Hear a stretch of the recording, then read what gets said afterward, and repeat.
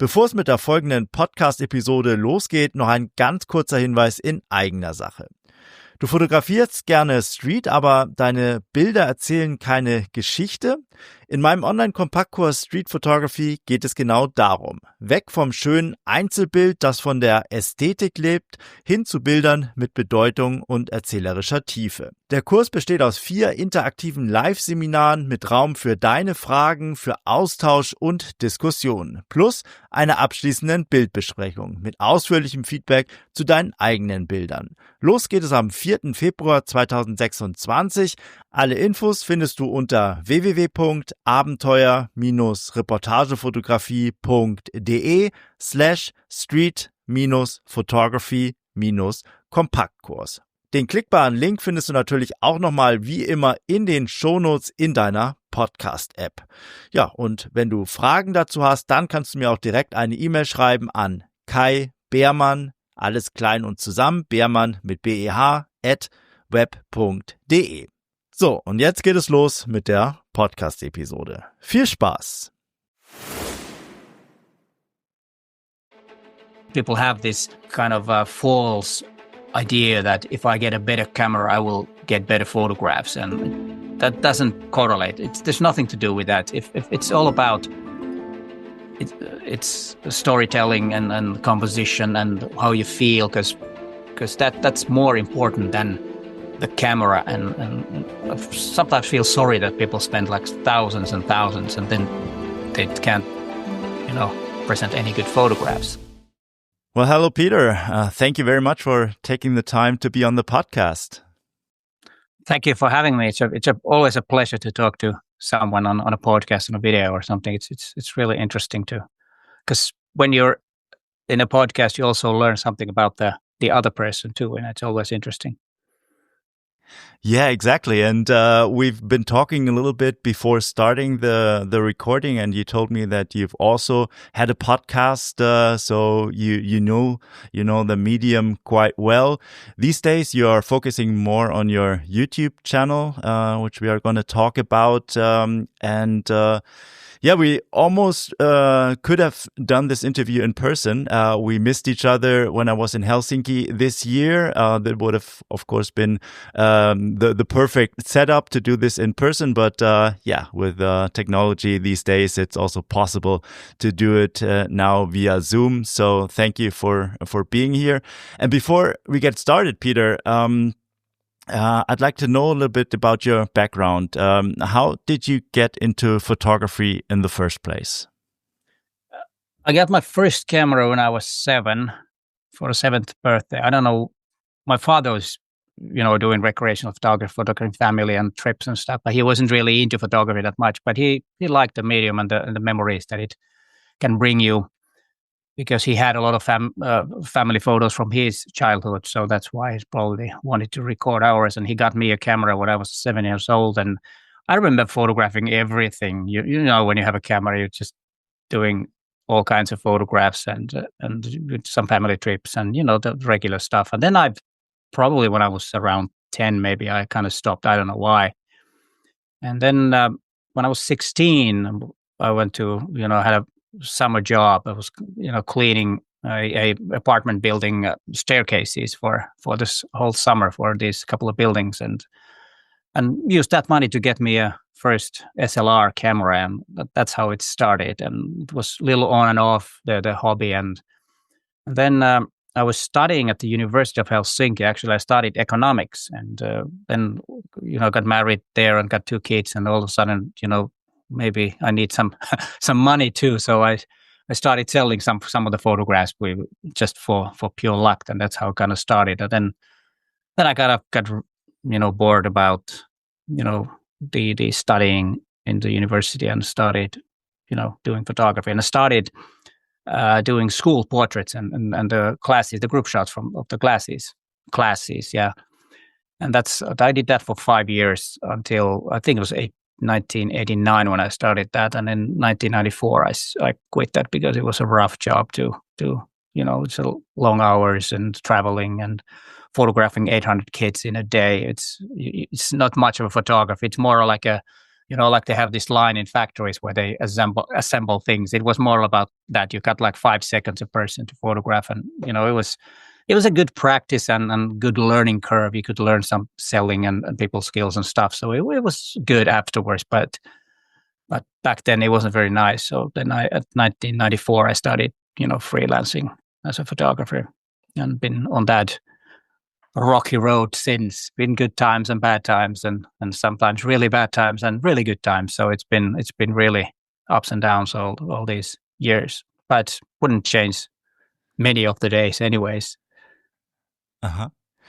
Yeah, I totally agree. It can be a rocky road to be a freelance photographer, and you've been through different stages in your photography, always adapting. I think that's also a characteristic that we as creatives have to do. We constantly have to adjust to the changes, not only in technology, regarding cameras, but also when the internet came up and of course offered more opportunities, new opportunities, which you also took advantage of when you started a podcast, when you started your YouTube channel. So reaching new audiences and also changing your photography business in a way.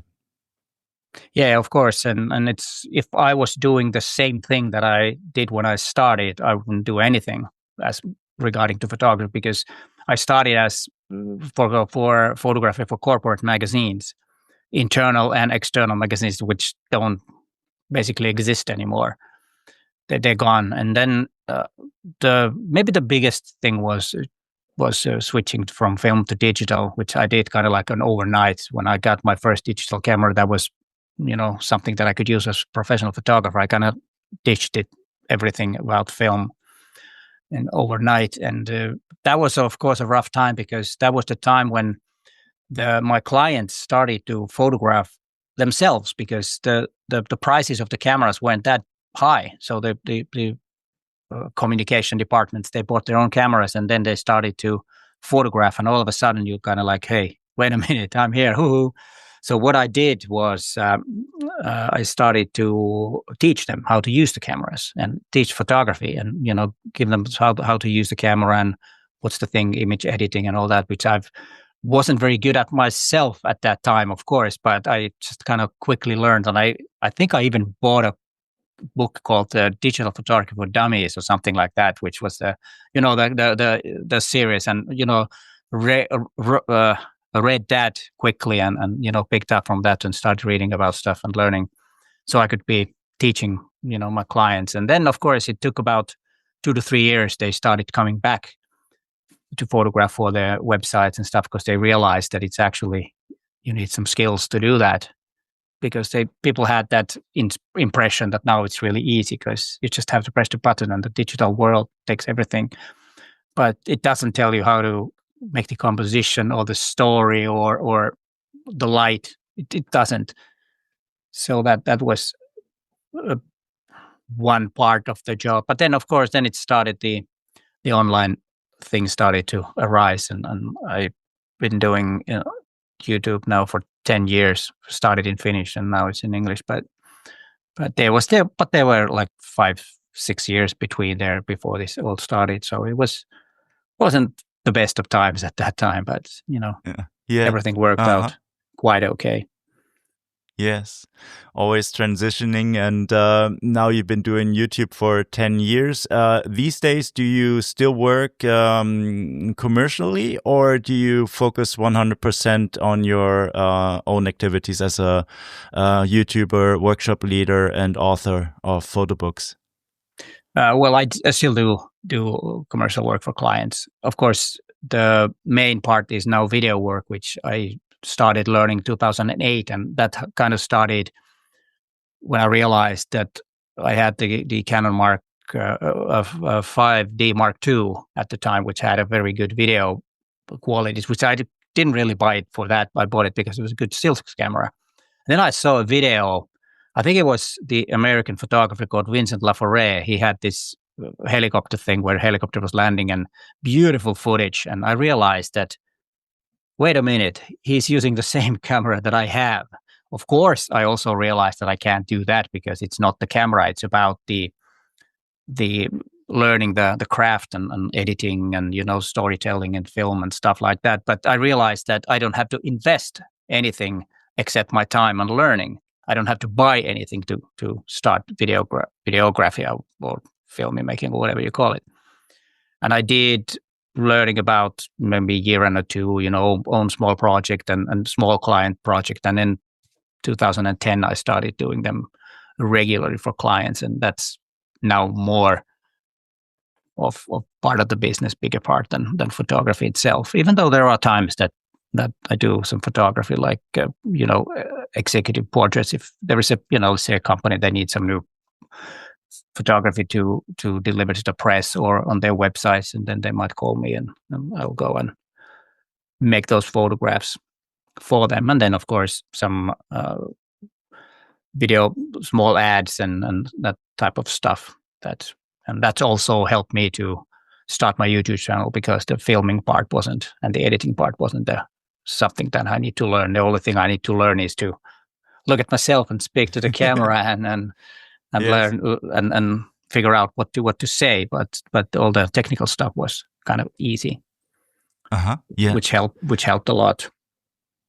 Yeah, I imagine that the technical part came quite easily, but when it comes to topics on your channels, you're focusing not on the kind of photography that you do for your clients or your commercial work. In your own channels, your focus is on street photography mostly.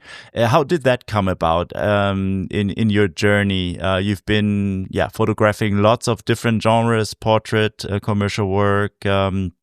Photographing school classes, very, very many different things. But street photography seems to be the kind of genre that you enjoy most. Yes, I do. And I started that, I think in 2005, six-ish or something around there, because I was looking at my photographs that I did for clients, and I realized that I've been doing the same photograph for all my career. I need something. And then I started doing more, because there was a time that I didn't really photograph for myself at all. Everything was work.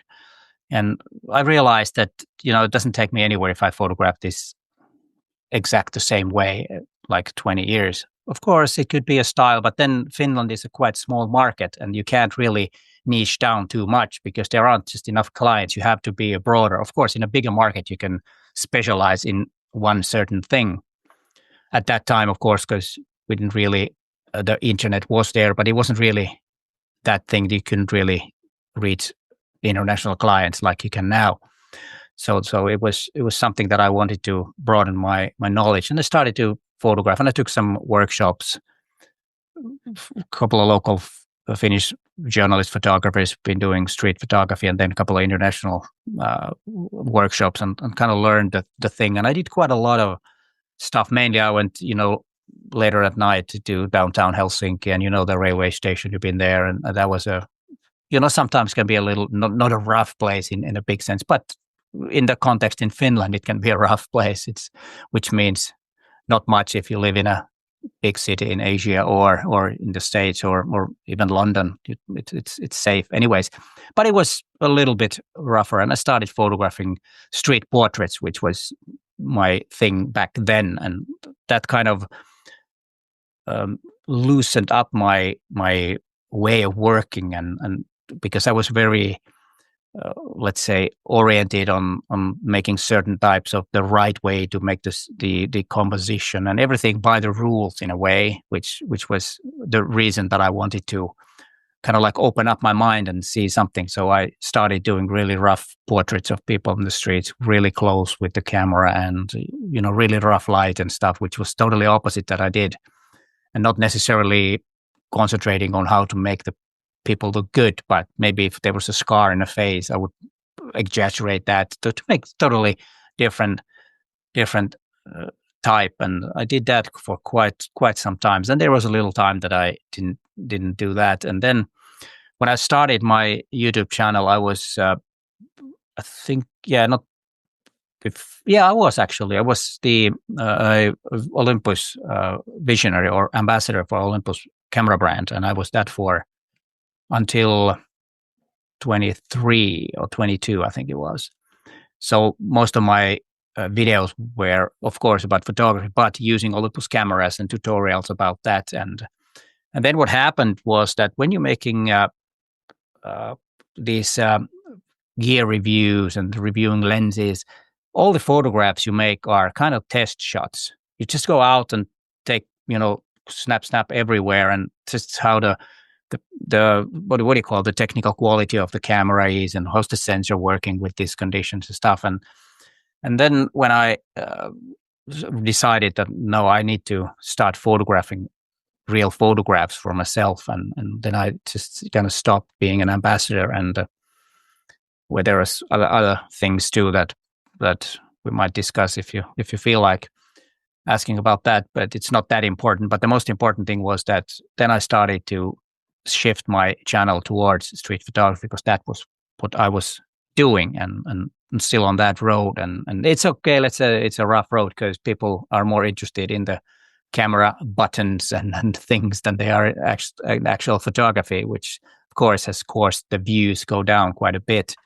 But I still, I feel that I'm a lot better photographer now than I was like 3 years ago, because I've been really doing a lot of, a lot of things about street photography in different angles and different ways, and finding, of course, it's also kind of finding your own voice too, and what do I like. But the problem, of course, with YouTube is that you have to be a little bit wider perspective to all different parts of street photography. There's the same problem. You can't go, if you need to be niched down a little bit like street photography, but I can't go just photographing every time the same stuff, which I would do normally, my own style. But it's I have to, which is also something that I can learn, testing different things inside street photography. But that's kind of like the short story of how that started. Mm-hmm. You touched on many different and interesting topics that I'd like to get into a little bit deeper. For example, the street portraits you did in the beginning. This is something many street photographers struggle with, get in contact with people. Also, there's this discussion, candid street photography, street portraits, some differentiate between the two, but whether you are approaching people directly or you're trying to be hidden or try to take candid street photography, you're still visible with your camera in the public domain. How did you approach people with your camera, asking them to take their picture? What kind of strategies did you use to talk to people and to also get rid of your own anxieties or doubts or fears, if there were any? Yeah, of course. It's before you start, you really need to kind of understand that the worst thing that they can do is say no, usually. And okay, so what if they don't like you to take their? Then you just don't. But how I approach them, I usually made some compliments, and if someone had a nice hat or looked, because I was looking for people that didn't. Or were not the norm, that like ordinary looking people. They had something, maybe a scar, but of course, if I wanted to photograph the scar, I probably said that, hey, you got a nice hair, because of course they might not like that I'm photographing, even though I might, or they may have a really cool tattoo somewhere on their arm, and then I might comment on that. And usually people like if you get a compliment of nice jacket, and the one thing that is changed a lot though. Back then, like 20 years ago, I was able to approach anybody, even girls, younger women. But today, it's totally different, because I tried that, and you might get that. What a pervert! What are you doing? It's totally a different world. It has changed so much. And also back then, it was sometimes people asked me, where are you going to use these photographs? And I said that. I might post them online on my website or some blog. I had a blog back then when I posted those images, and they were totally okay. The problem that they had, I hope this photo is not going to be in a newspaper. But online was okay back then. And now I think, usually people say that if you do that, they're more cautious about the photograph being online. So that has also changed quite a bit. So I've switched my style. Nowadays, I'm doing more about the candid, even though, like as you said, the question that I'm still out in the open. I'm not kind of like hiding or somewhere, or long lenses. I use a 40mm lens or equivalent 40mm lens. And, people can see that I photograph. And especially here in Helsinki, people usually don't care if I just behave okay. And sometimes they just, raise their hand, and then I don't take the photograph if they feel like it. Sometimes they might ask me, why did you took it? And then I just tell them what I do. And most people are totally okay. But of course, sometimes they say that, can you delete it? I don't want to be photographed. And, some for some reason, but at least here in Helsinki, it's quite okay. And I haven't really had any troubles photographing abroad either. It's something, and the main problem usually is that what I've learned, like myself, I'm a little bit introvert, so I'm not always that comfortable if there's a lot of people, and that's why many street photographers are doing the candid way, because they kind of like observers in a way. They're outside and observing things, and they want to be on the outside. They don't want to be like in the middle of everything. That's the way I'm also. So, but yeah, I could try that. Street portraits might work. I don't know. It depends. But if anyone wants to do that, then just go and try. And sometimes why not take a friend with you? It might be safer, and have some photographs. If you already have some photographs, have them with you and show them what you're making. So that gives you more kind of like credibility that you're actually doing, and not having some sinister things in your mind when you're photographing someone. Yeah, exactly. And the tip to start with a compliment, I think that's very helpful if you approach people that way. And maybe you also have a project that you're working on that you can connect these two things. For example, I have this fixation on tattoos. I don't have any tattoos, but I find them very, very fascinating, because behind every tattoo there's a story. People, think about the things that they tattoo under their skin. So that's always a good hook to approach people. And I also used that kind of method when I was in Helsinki. I had very good experiences there, very open people. It was hardly never a problem. So it's if you want to get into that, that's a good way to start. You mentioned when you talked about your YouTube channel, that it's the videos about gear that get the most clicks, and I think that's something every YouTuber can relate to. A good friend of mine, he also has a YouTube channel, and we've had this discussion many times. I don't know if it's a discussion that's more interesting to people having a YouTube channel, or if it's also interesting for people consuming content on YouTube, but yeah, let's talk about this briefly, and I'd like to hear your opinion. Why is it that people seem to be more interested in gear reviews or gear-related videos than in actual content or videos that talk about how to improve your photos via storytelling methods or other things? Well, I think is one thing is the history, because when digital cameras were new and they were kind of like being available so that almost everyone can buy something, it was a technological thing, that a new technology, and a lot of people that were in tech, nerds and engineers and stuff, and they were interested in the actual technology that's behind it, and they started to do photography, and that's why there's kind of like a history of that. And then of course it was, one part was the megapixel rates, that people think that you need more and more megapixels. Back then we had 4 million. That was a huge amount, and we could do magazine spreads with that, and nobody complained. Of course, I wouldn't do it now, but back then it was totally okay. And also the advertisement that companies do is that they kind of like sell you things. You need this, you can't do this and that if you don't have this and that. And then kind of people are a little bit lost. And I think it's gotten worse with digital. I don't think it was that bad back in the day when everybody used film. Of course, there was the technical, the which film is best, and the people were looping and seeing the grain in the film, and okay, this is better than that and all that. But it wasn't that bad because basically the cameras were quite the same. There was the shutter button, and the aperture ring, and that's about it. And of course the shutter speed dial, and that was about it. But now there's so many different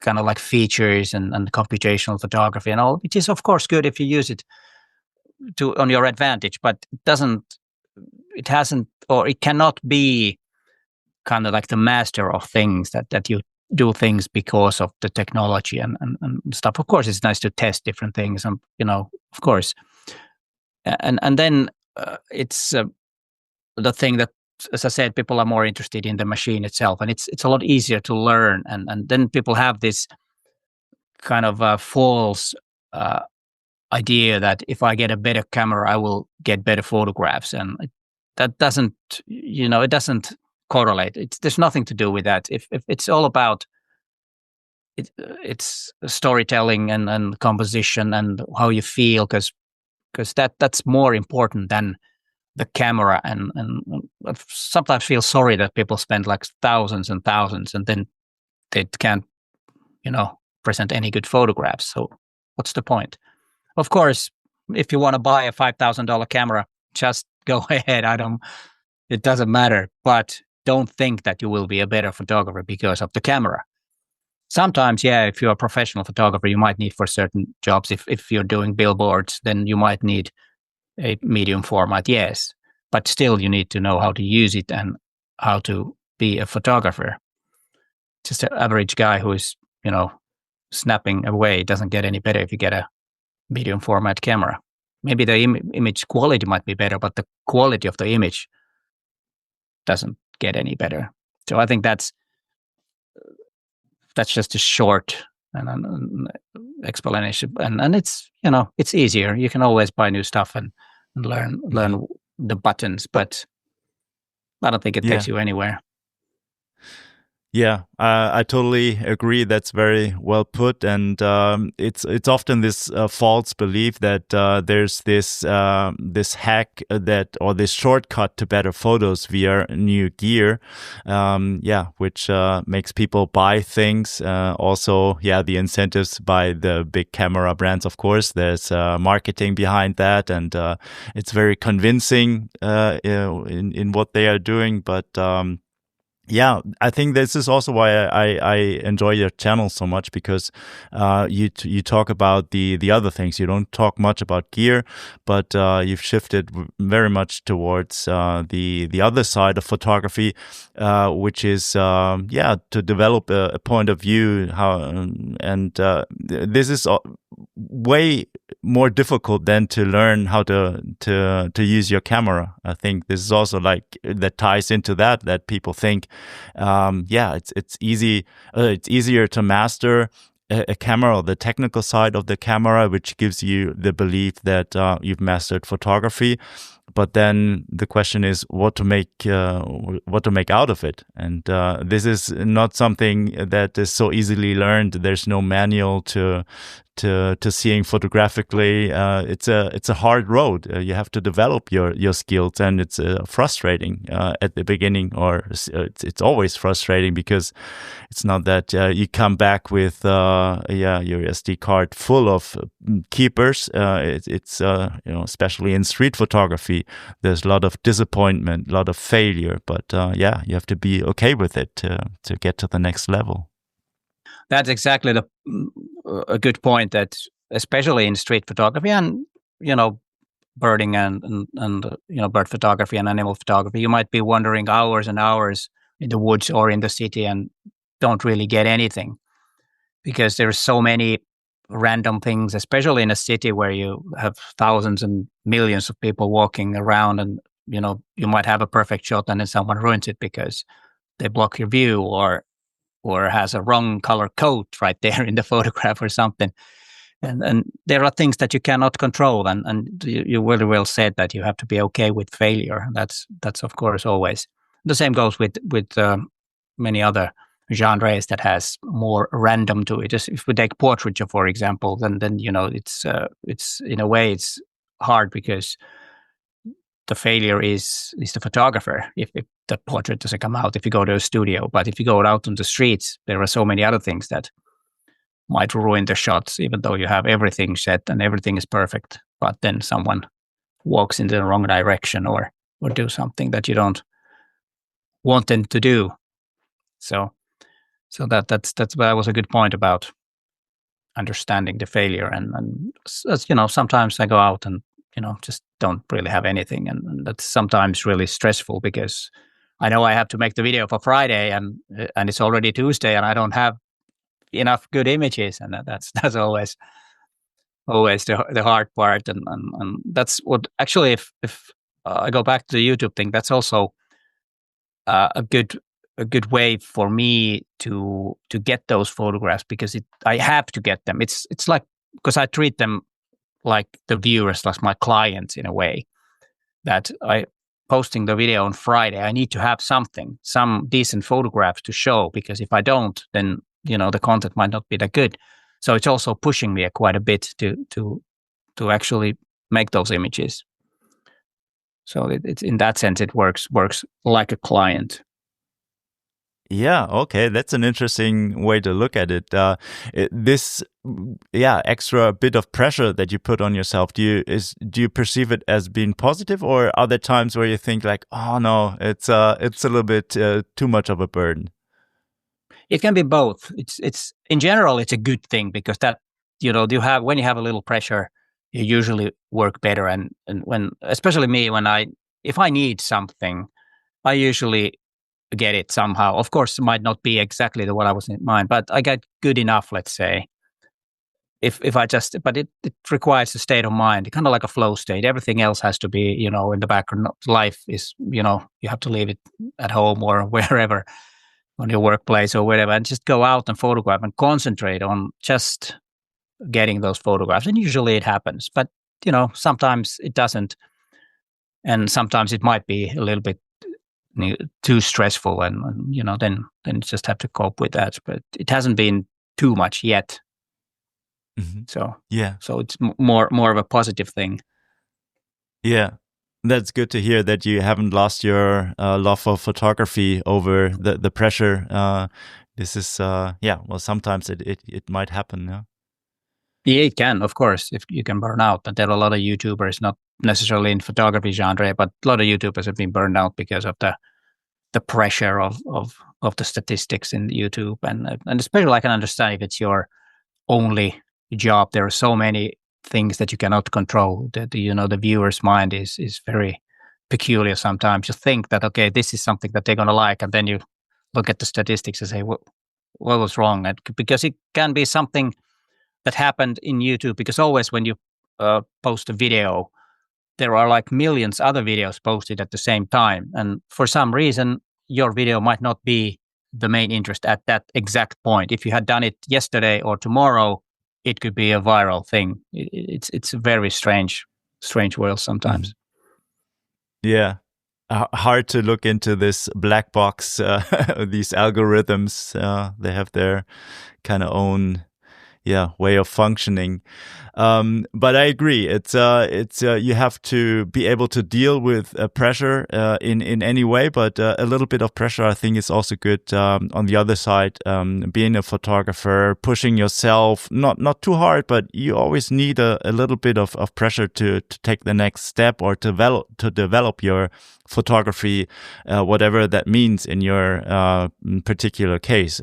We all have different goals we want to achieve in our own photography, own ideas, and I think it helps to have a little bit of pressure.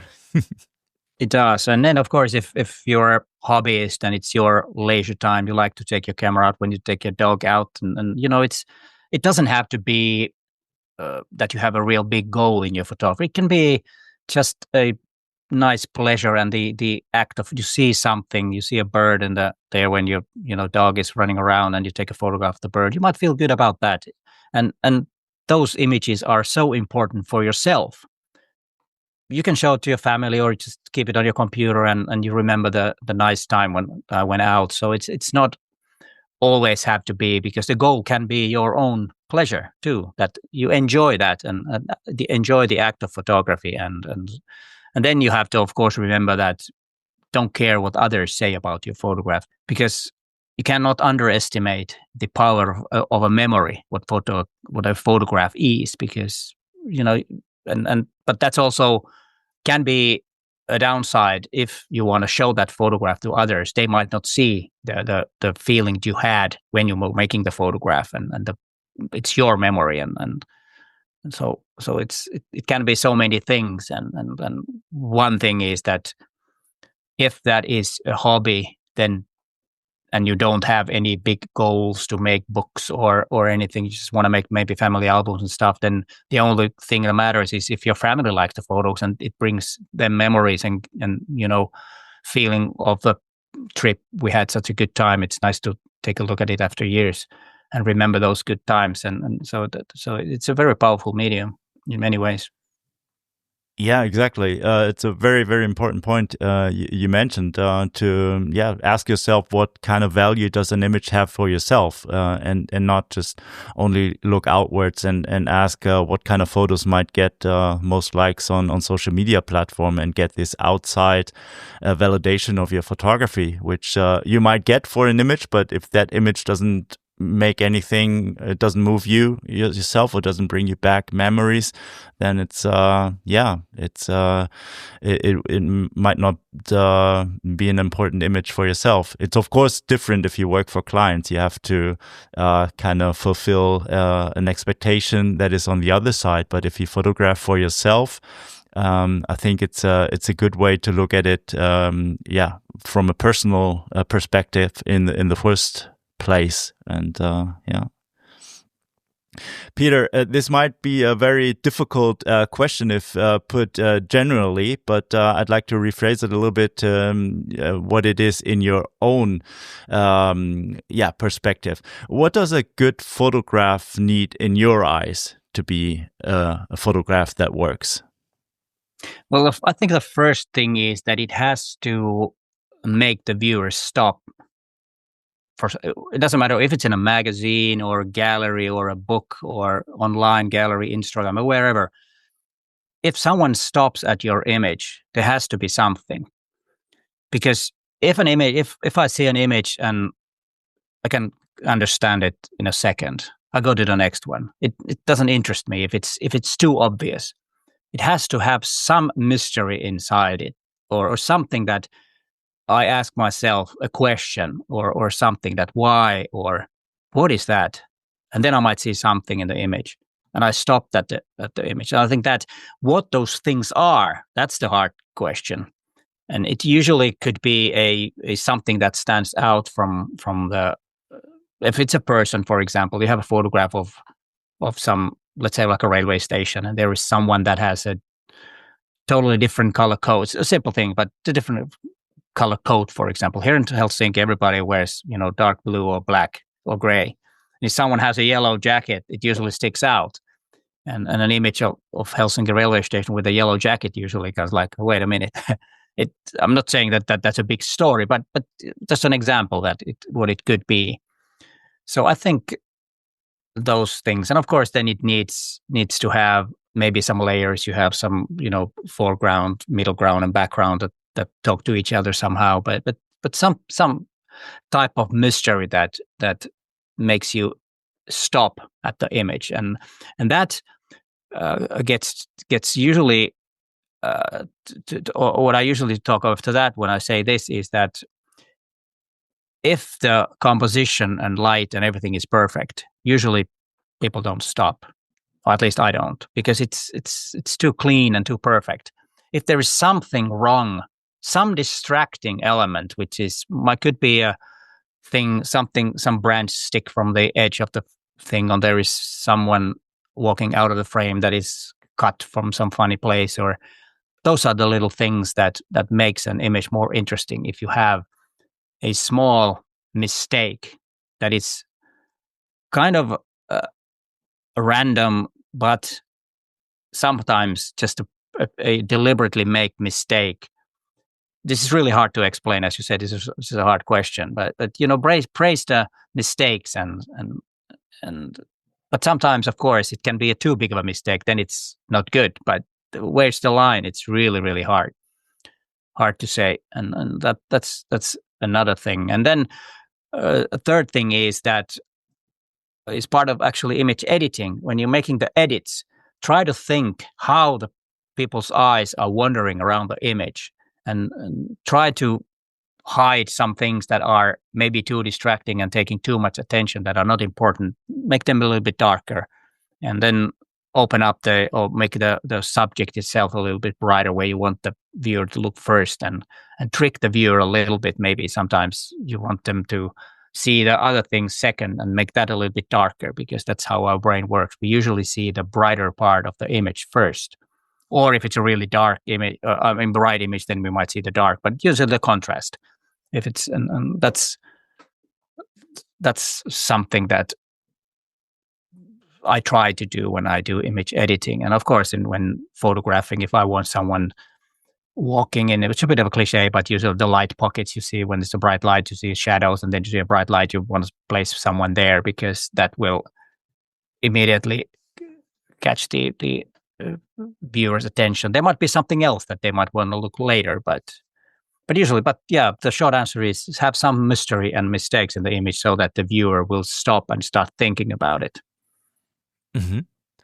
Mystery and mistakes. I think that's the beauty of photography, that it's a very subjective medium, and everyone you ask comes up with a different answer to this question: what makes a good photograph? And mystery and mistakes is a good one.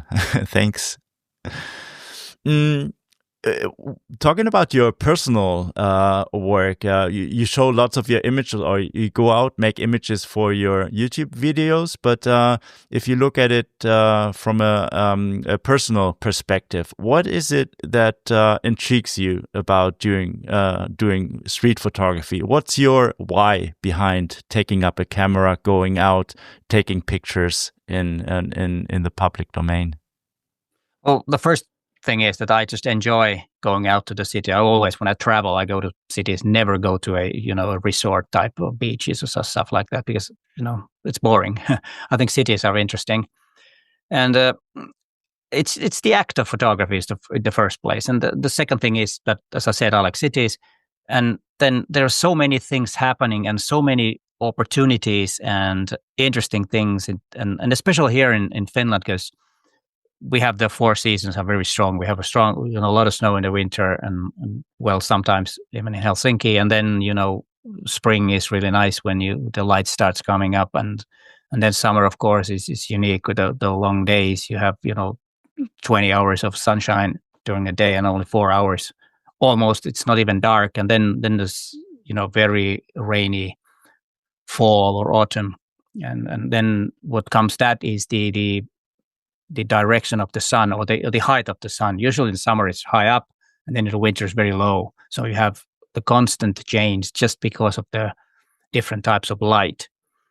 That's one thing. And then I don't know. It's just a lot of fun, and because I don't really like to go to the forest and woods, and you don't do that. It's not. Of course, I might take a walk there because it's healthy to walk inside the woods. A lot healthier air than in the city. But photography, I don't usually. If I go out to the woods, I don't usually take my camera with me that much, because I don't see anything there, which is a funny thing, because probably someone else sees a lot of things there, and there probably are. But I do see a lot of things in the city, and especially if there's something different, and especially what I did was, when I was using Olympus cameras for my videos too, I was photographing birds, but I did it in the city, because that's also something that people don't really do, and that was my kind of like the part of what's that community or camera users and Olympus users are doing a lot of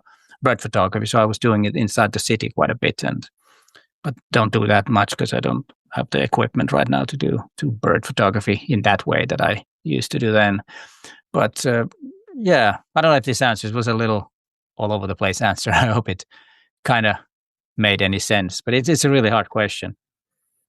Yeah, but it does make sense. I agree. When I go out into nature, I enjoy nature, but I don't feel compelled to take a camera with me or to take pictures of landscape. I just take them in with my eyes, and then that's good enough for me. But when it comes to street photography, yeah, the thrill or the excitement is to be out there, not knowing what might happen, and just be an observer of everyday life. And it's kind of broad, but it can be enough to be a street photographer and to get you into taking pictures out there. And you never know what kind of project might come out of it. You might be able to niche down, like looking at your pictures. After a while, you might identify certain patterns that repeat in your images, and then you can dive a little bit deeper into that. Yeah, talking about project, there is one project that I've had for years, is that I like to photograph murals and graffitis, and not so much tags or somebody just write a text. It doesn't really. That's more of not good.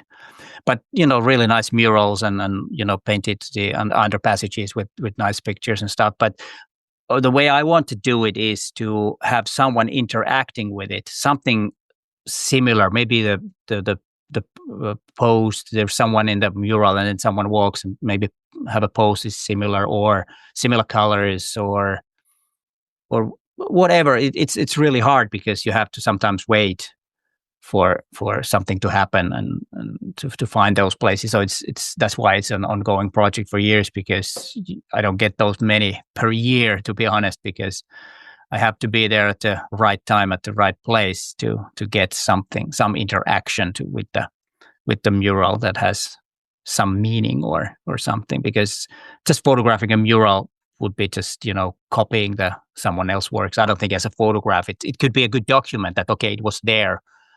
And because murals are sometimes not mural that much, but graffitis, they have overpaint. They paint over it. That's part of the whole thing, that someone paints it and then a couple of months later someone comes and paints it over. So a photograph of a graffiti can be a document. So I do take those, but those are just for laying in my hard drive. But sometimes if I can find something, that there is someone or something happening in front of a mural. That's something I like to do. And then another thing is I like to photograph the little bit the classical way, like when the street photography started. That's another thing. I think there's some nostalgia about it. I don't know.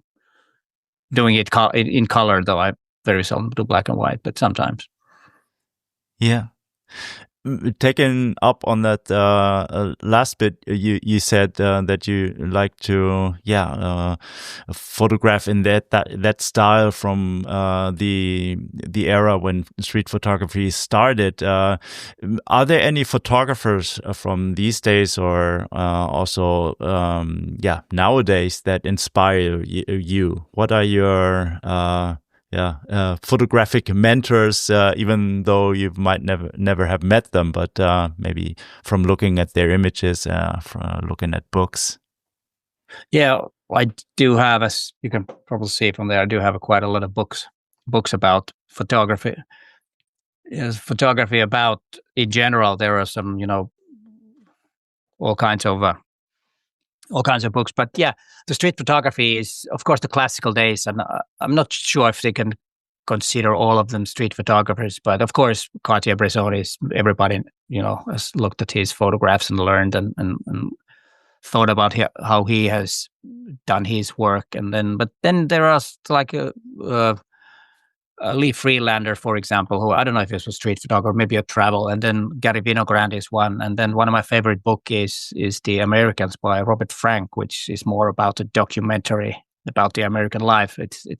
But it has the same vibes and things that they do. And then maybe the contemporary ones is one that I'm not sure if it's a street photographer considered, but Martin Parr, for example, with his work in England with the colors and the bizarre things. And then there's Matt Stewart, who's actually, there was a small workshop that I took back in the early 2000s of him, and he has very good these. That's probably why I kind of picked up this interaction between things in the background and maybe the person and all that, because he was a master of this funny images that made me laugh and smile, and that's probably one reason that I'm doing like the graffitis the way I'm doing it, the idea.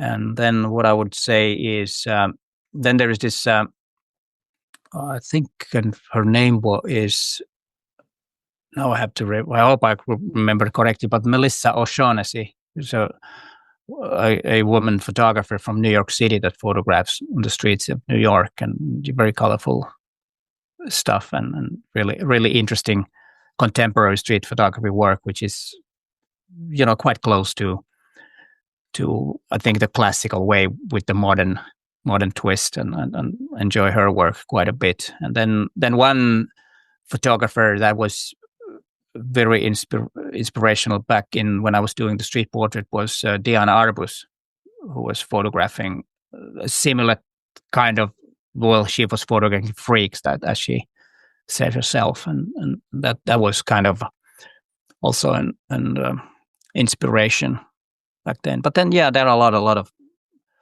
other photographers, just to mention a few that I just remembered right now, and then looking at a lot of different social media photo sites to just scroll through and see what's there. Not usually that much good, but sometimes you find someone. Yeah, some great names you mentioned that are worth looking at. And in general, street photography is quite a broad term, and I also kind of sometimes struggle with putting a label on a certain kind of photography. In the end, the lines are blurred between reportage, documentary photography, and street photography. So I don't think the label is that important. It's more the essence of the photos. Oh yeah, definitely. That's why I don't want to put labels to others. They can, it's not my thing to say that this and this photographer is a street photographer. I just might like it and take some ideas and be inspired by the work. And but there are some little differences if we talk about storytelling in journalism and documentary and street photographs, because there was this video which unfortunately I don't remember. He had a very Eastern European name, an American guy. And he had this video about storytelling that was very interesting, because he said that in street photography, the stories are not inside the photograph, but it's the stories inside the viewer's mind. Where in documentary and journalistic work, the photographer has more to say about what the story is, because of course, if you're doing a reportage of a happening or thing that happens in the world, of course there is the photographer's view.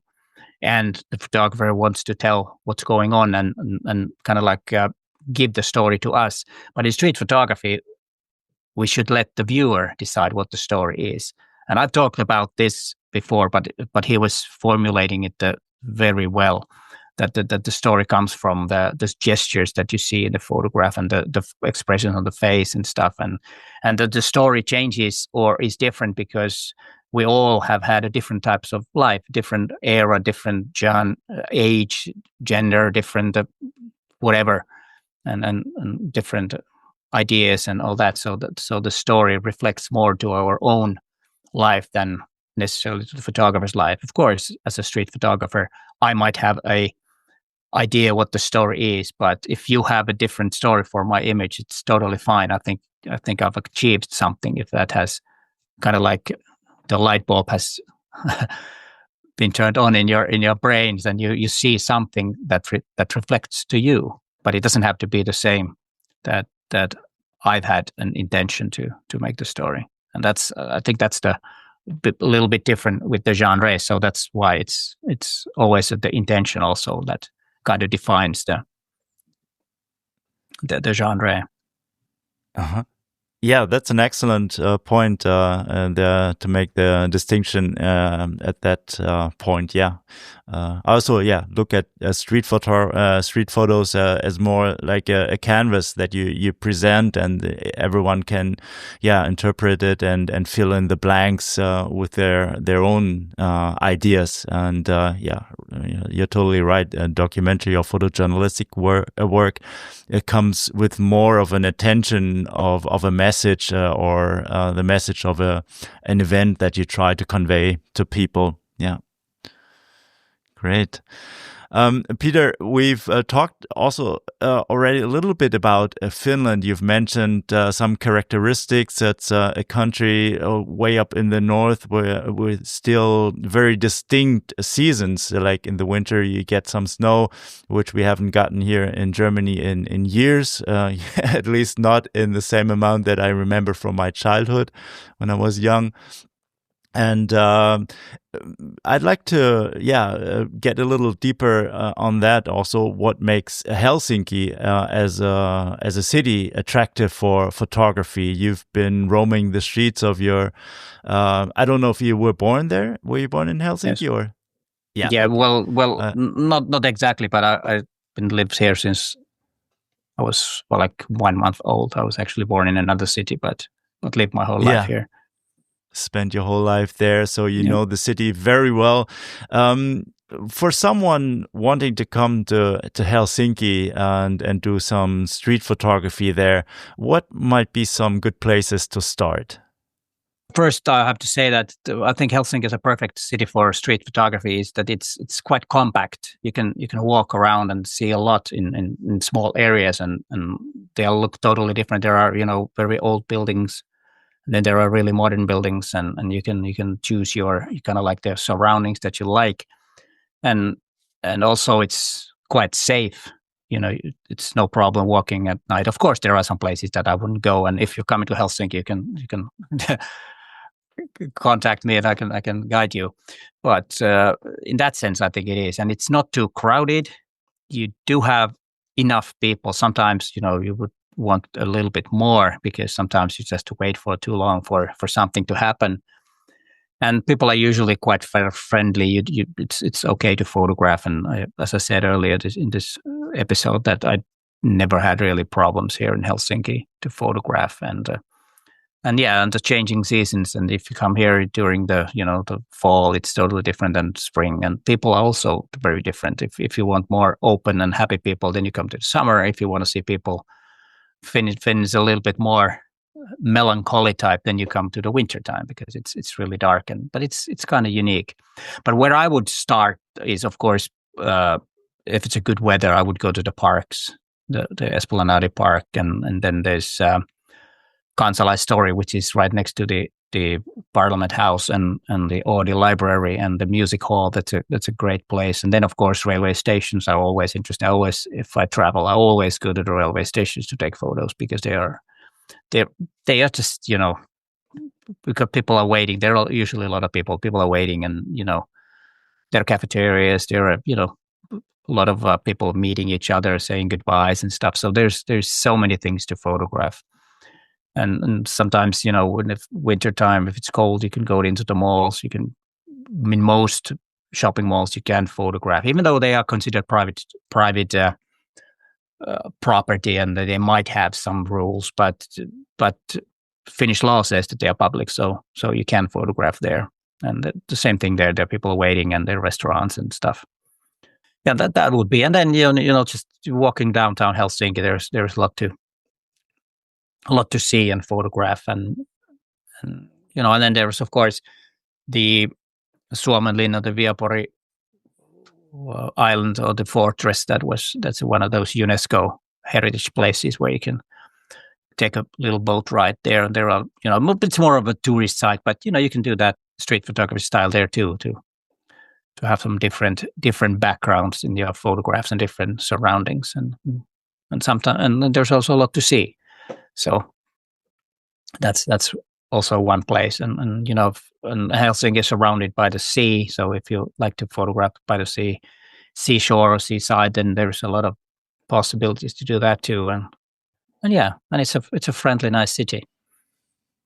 Yeah, exactly. It's friendly, nice city, very walkable city.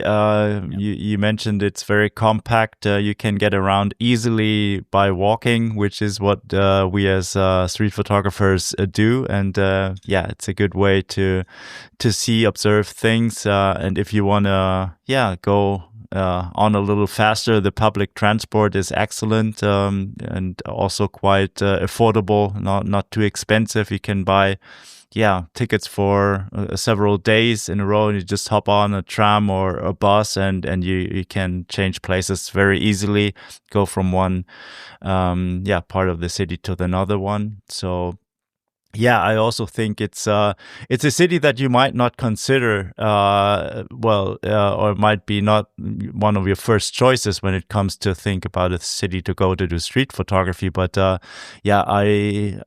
never get tired of recommending going to Helsinki, because it's such a lovely place, so interesting with its people. It's not that bustling or full of people.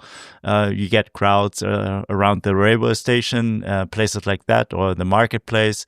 But then again, you have to be observe very, very keenly to identify people, to make your composition with light and integrate the architecture. So there's plenty of things to photograph there. Yeah, you're totally right. Are there any particular parts or quarters of the city that you find particularly interesting? The center around the railway station is, I would go there first. As you mentioned, that's a good place to start. But what about places like Kallio, which are a little bit further off the beaten path, where you might also get a more local look at Helsinki? Not so many tourists, but also some interesting people you might encounter there. Do you have any recommendation?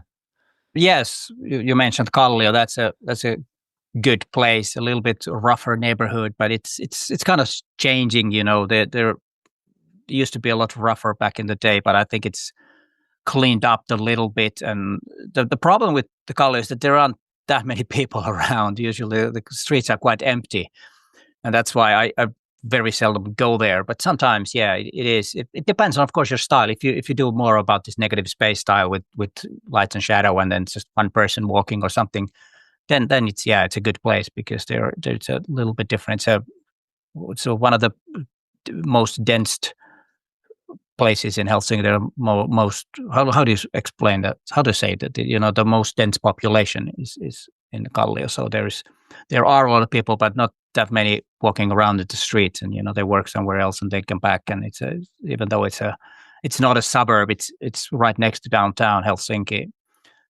And that's a good place. And then a similar place is Töölö, which is a little bit more expensive area, and you might find a little bit different type of people there, but still the similar architecture and similar vibes of the look and feel of the city, even though it's a little bit, let's say, the income is a little bit higher in Töölö than it is in Kallio, so in average. So it's a little bit different area, and it's depends a little bit on your style, of course. And then there is this new area in that used to be a harbor that I've been photographing quite a bit. It's called Kalasatama, which is totally brand new buildings, and it's a nice, totally different type of area. But there's also something. But the problem, of course, is in those areas that not that many people around. But then again, it depends on your style. Exactly, yeah. It depends on your style. And Kalasatama, that you mentioned, this new area where there used to be a more harbor area where new apartment buildings are constructed these days. There are lots of areas around the coastline of Helsinki which are like that. And if you are more into minimalist style of photography, you only need one person and want to integrate the architecture and kind of the loneliness. Still, these are are good places to visit, to work with, reflections maybe, these huge glass fronts of the new buildings that are constructed. Can be quite interesting. I also went there. This time you have to do sometimes a lot of walking and be wise to choose the time of the day you go. If it's a sunny day, you can get a lot of sun there. Definitely worth checking out and keeping in mind. And also the different architecture styles between modern architecture, buildings like the Oodi library, which give plenty of opportunities for great architecture, street photography mixed with people, and then in Töölö. He said I'm not an expert in architecture. I don't know this style, what it's called in German. I think it's Jugendstil. Yeah, yes, it is. Yeah, it's Jugendstil, yes. Yes, it's that's beautiful. what it is. And then if you're into more of a concrete brutalism, then there is this place called Itä-Pasila, which is built in the 70s. I think it was in the mid 70s, and it's all. It's kind of like a thing that you don't drive a car. All the cars are underneath, and then you have this. I don't know what it calls, and then the buildings are on top of that. So it's just walking areas there, and a lot of street art, and it's actually the street art center. So because it's concrete, there are a lot of canvas for street artists to do stuff, and that's why I go there quite a bit. But it's totally different type of area than anything else in Helsinki. So it's I know people live there. It's actually a lot of people that live there like to live there. They enjoy the place, even though it doesn't look that good, in my opinion. What we consider, what looks good, but doesn't mean that wouldn't be a great place to photograph, though. Yeah, it definitely is a good place to photograph. These different layers you have there, the way it is constructed. And I happened to be there by pure coincidence now 2 years in a row at the same time. They had a lot of what was it? A cosplay convention there near Itä-Pasila station, and a lot of people attending that convention. They came to have a snack in the railway station because it was cheaper there, and I was wondering why there's so many people dressed up in weird ways. But if you happen to be there in summer, I think it was end of July. Check out the cosplay convention and go there. It's actually called RopeCon. Yes, that's what it's called. I was actually there just this year, just for the fun of it. I didn't photograph around there, but just want to see what it is, and because they have a lot of lectures and stuff also about different about storytelling, because that's what they do. So I was listening to those just to be interested in to see how they talk about storytelling. Yeah. Interesting. And what would you say, like in general, what is the street photography scene like in Finland and in Helsinki? Is it a scene that is well connected, or are there photo walks? Because this is something that I've observed here in Germany. It's getting bigger. Street photography is getting so popular. There's street collectives in almost every major city here in Germany. People get together to go out and take photos, and it's a very vibrant scene. Is it like that in Finland as well, or how would you characterize it? Well, it's a little bit different, because I wouldn't call it vibrant because Finns are more to us being an introverts, and it's a little bit different. They are photo walks, and actually we started with a friend of mine. We started this a little pop-up thing because there's this beers and cameras movement in the States that was started about, I think it was 10 years ago in San Diego. And a friend of mine just contacted me. We went lunch during summer, and he had heard about this, and so I contacted the founder, and he said, yeah, okay, you can have a pop-up meeting in Helsinki. So we have every 19th of each month, we will have a kind of like we meet in a bar.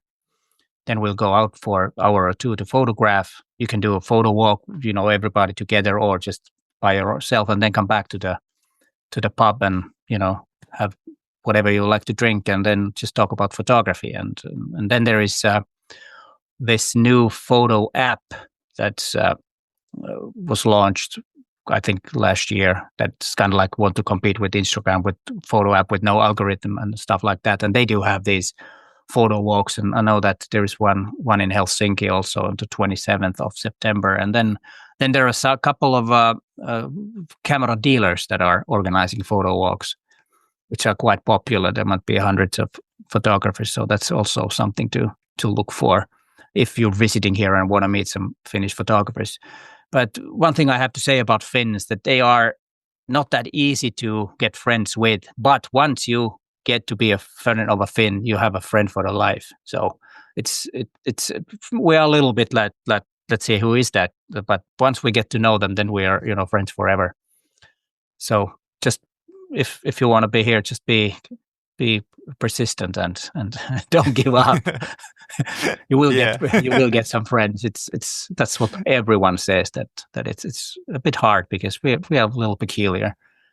Yeah. Towards strangers in that sense, that it takes a little time that we get to used to that. Mm-hmm. But yeah. But persistence is a quality that most street photographers have. So That's true. That's true.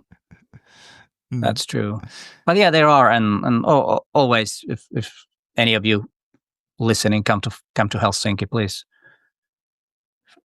you can find me and be in touch. And I've always liked to meet people. Like last summer, I met at least 4 of my viewers from my channel, which was really nice. And there were a couple of more, but I wasn't, unfortunately, in Helsinki at that time. So, but yeah, it's always nice to meet people and photograph together. Even though I'm more, when I'm doing street photography, I like to photograph by myself, and then, but the best way is to meet somewhere, have a cup of coffee, a beer, or wine, or whatever you like to drink, or have lunch or dinner or something. Then go out and photograph on your own, and come back and talk about your experience and maybe show some photographs if you want. But because it's really impossible for me to photograph if there is someone else. That's something else. It's it might be social, and it might be talking and walking. It's a different thing. But I don't think it's possible to photograph because it needs your whole attention to see what's happening. But if you're talking with someone else, you will miss a lot of things. But it's, of course, we're all different. But usually my suggestion is to meet first, go on your separate ways to photograph, and meet again and talk about what you experience. I think that actually works for me anyways. Yeah, I feel the same. It works for me this way as well. These are two different things, to go out and be social, have a discussion about photography. But when it comes, or if your intention is to really take photos and come back with decent photos, they seldomly come out of a group walk. That might be a coincidence, but you're too distracted. Yeah. Well, the only thing that if you're doing that, then sometimes I'm with some bunch, then I usually photograph them photographing. That's more interesting than, that's observing them and making some difference, making some meta photographs when people photographing. Yeah. Take a step back. Yeah. We've talked about influences and other photographers. Are there any Finnish photographers that come to mind that you would recommend people to check out? There's one fellow called Stefan Bremer, who has been a journalist, and his father is one of the most famous Finnish photojournalists,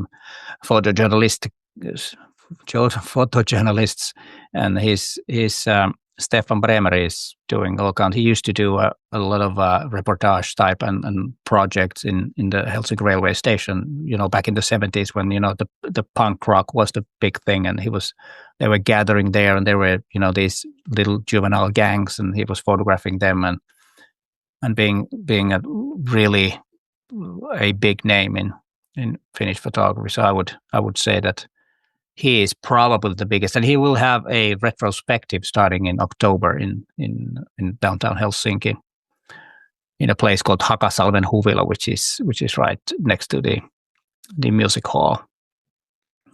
So it's going to be a very interesting exhibition. He's done record covers and all stuff, and he's really good. I would say that. And then there is a guy named Jouko Leskelä who's been doing more of a classical type of street photography too. I don't think he's doing that much work anymore, but he's done quite a few works, and those are the ones that come to my mind at this point that I've been following. Mm-hmm. Great. And what about galleries or museums that focus on photography? Of course, the Museum of Photographic Art is one place that always has something, but it's more about art photography, which is a little bit things that I always don't understand. It goes kind of like it's not traditional photography. They have a lot of that type of exhibitions. Unfortunately, at the moment, there isn't really any good galleries that have only photography, and that's a pity, because they used to have a museum. The Museum of Photography used to have a gallery downtown Helsinki, but they don't have it anymore. And they used to have really good contemporary and some classical photography. For example, they had Aida Moriyama retrospective and that type of stuff, but not anymore. So unfortunately, I have to say that if you come to Helsinki and want to see really good photography, you have to go to Tallinn and Fotografiska there. I'm sorry to say that as a Helsinki inhabitant, but that's the honest truth. That's at the moment the closest place. But yeah, sometimes like the Stefan Bremer exhibition, there are some times, but not something that's a specific museum that always has that. Unfortunately, right now. But Tallinn is not that far away. It's a short boat ride across the sea. So what is it, 2 hours, or how long does it take? 2 hours, yes. Yeah, so 2 hours. So and it's costs like 30 euros to so it's not that expensive either. And Tallinn is a nice city to be. Yeah, exactly. To see. Mm-hmm.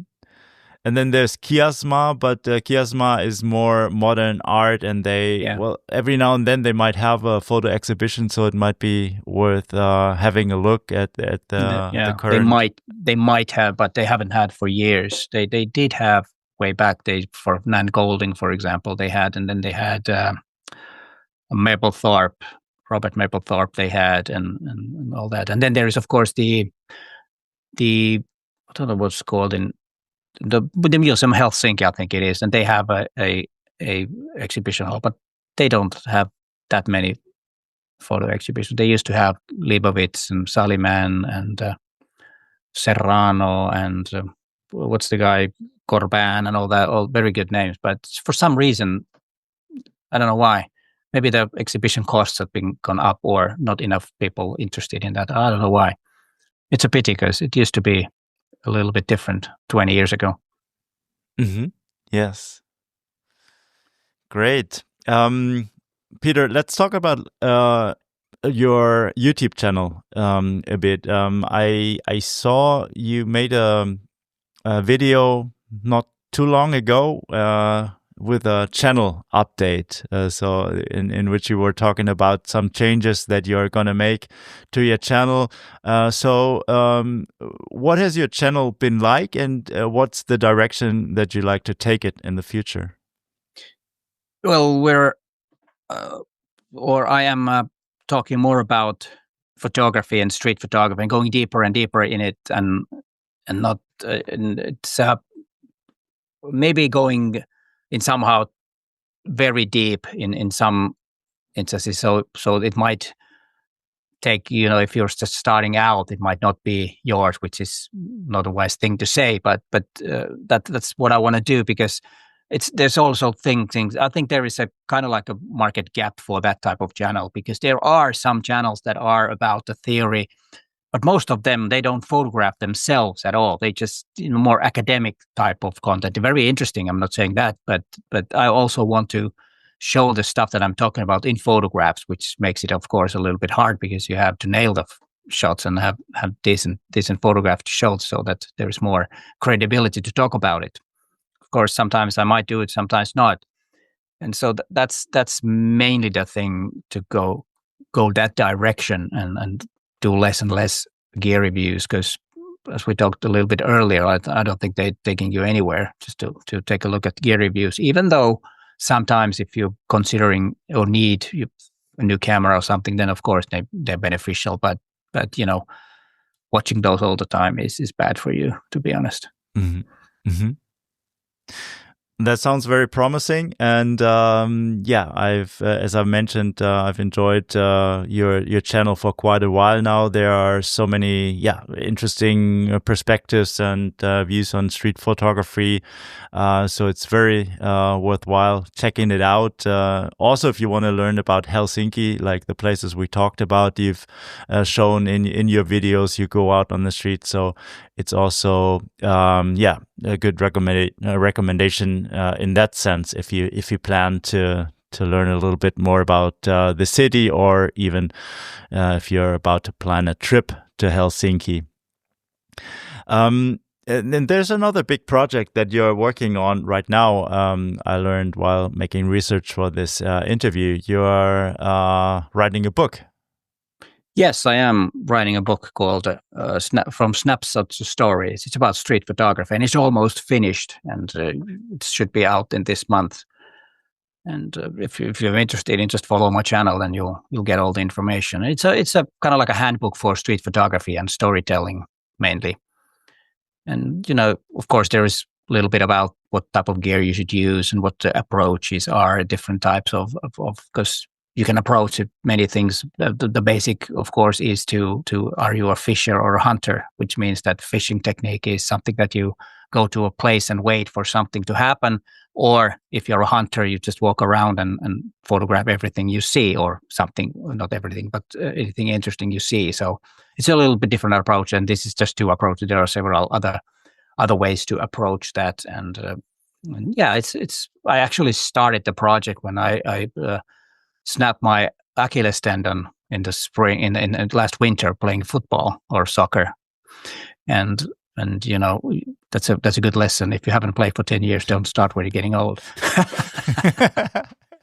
That's something I learned, and I was had a cast on my leg for eight weeks, so I just nothing to do really, and a street photographer need their legs, so I started writing a book, which has been, of course, a dream of for several years now, and the content is based on, of course, the videos that I've made on my YouTube channel, because there's a lot of stuff that's covered so many things about street photography, and I've kind of like the topics that I've had, I've kind of written them out a different way in the form of a book, and that's but it's going to be finished in a couple of weeks, I hope. Mm-hmm.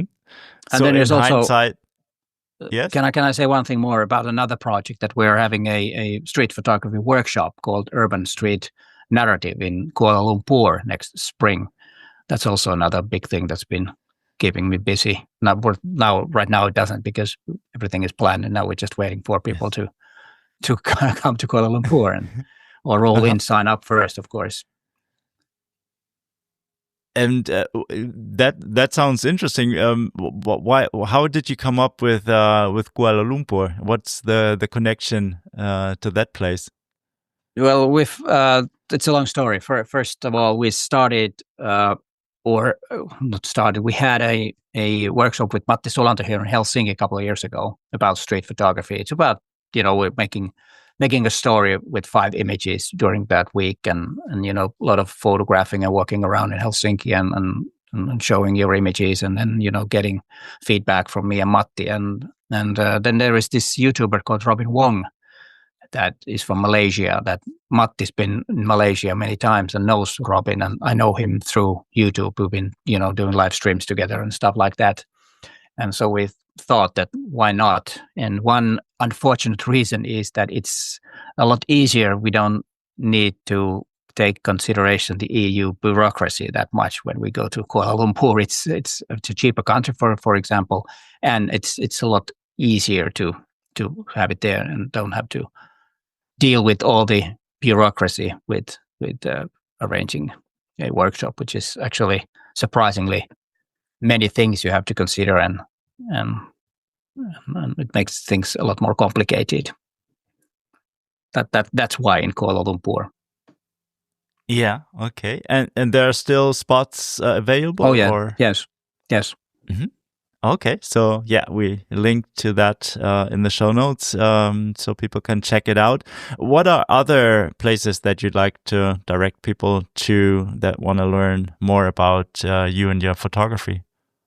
Well, my website is peterforsgård.com is something that you could go check out. And then there's a blog which is called, it's a Finnish domain. Don't ask me why I ever did that, but it's called ajatuksiavalokuvauksesta.com. I think you can maybe put it in the show notes so the people can click, they don't have to write it. And, there's a blog where I blog, not that often, but every now and then I make some blogs about that, about street photography and photography in general sometimes. But let's say that the main thing is to if you're interested in following me, then the YouTube channel, because then that can lead you to all the other places too. Mm-hmm. It's kind of like my main hub at the moment. So great. Yeah, links of course will be in the show note. And well, Peter, good luck on your current projects. Good luck on the launch of the book when it comes out, and of course, also for your workshops and the future of your YouTube channel. Thank you very much. Thank you. It's been a pleasure, and maybe next year, if I get to travel to Helsinki again, we can do the follow-up in person there. We definitely will, and just when just let me know, and I'll make sure that I'm in Helsinki at that time. Great. Thank you very much again, Peter, and bye-bye. Thank you. Bye. My pleasure. Bye.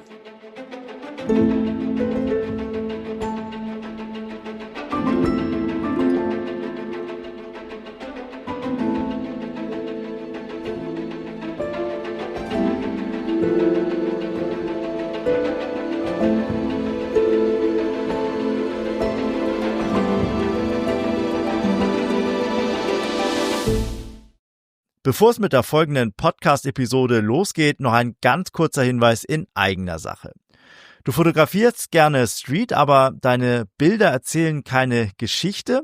In meinem Online-Kompaktkurs Street Photography geht es genau darum. Weg vom schönen Einzelbild, das von der Ästhetik lebt, hin zu Bildern mit Bedeutung und erzählerischer Tiefe. Der Kurs besteht aus 4 interaktiven Live-Seminaren mit Raum für deine Fragen, für Austausch und Diskussion. Plus einer abschließenden Bildbesprechung mit ausführlichem Feedback zu deinen eigenen Bildern. Los geht es am 4. Februar 2026. Alle Infos findest du unter www.abenteuer-reportage.de/street-photography-kompaktkurs. Den klickbaren Link findest du natürlich auch nochmal wie immer in den Shownotes in deiner Podcast-App. Ja, und wenn du Fragen dazu hast, dann kannst du mir auch direkt eine E-Mail schreiben an Kai Beermann, alles klein und zusammen, Beermann mit BEH, @web.de. So, und jetzt geht es los mit der Podcast-Episode. Viel Spaß!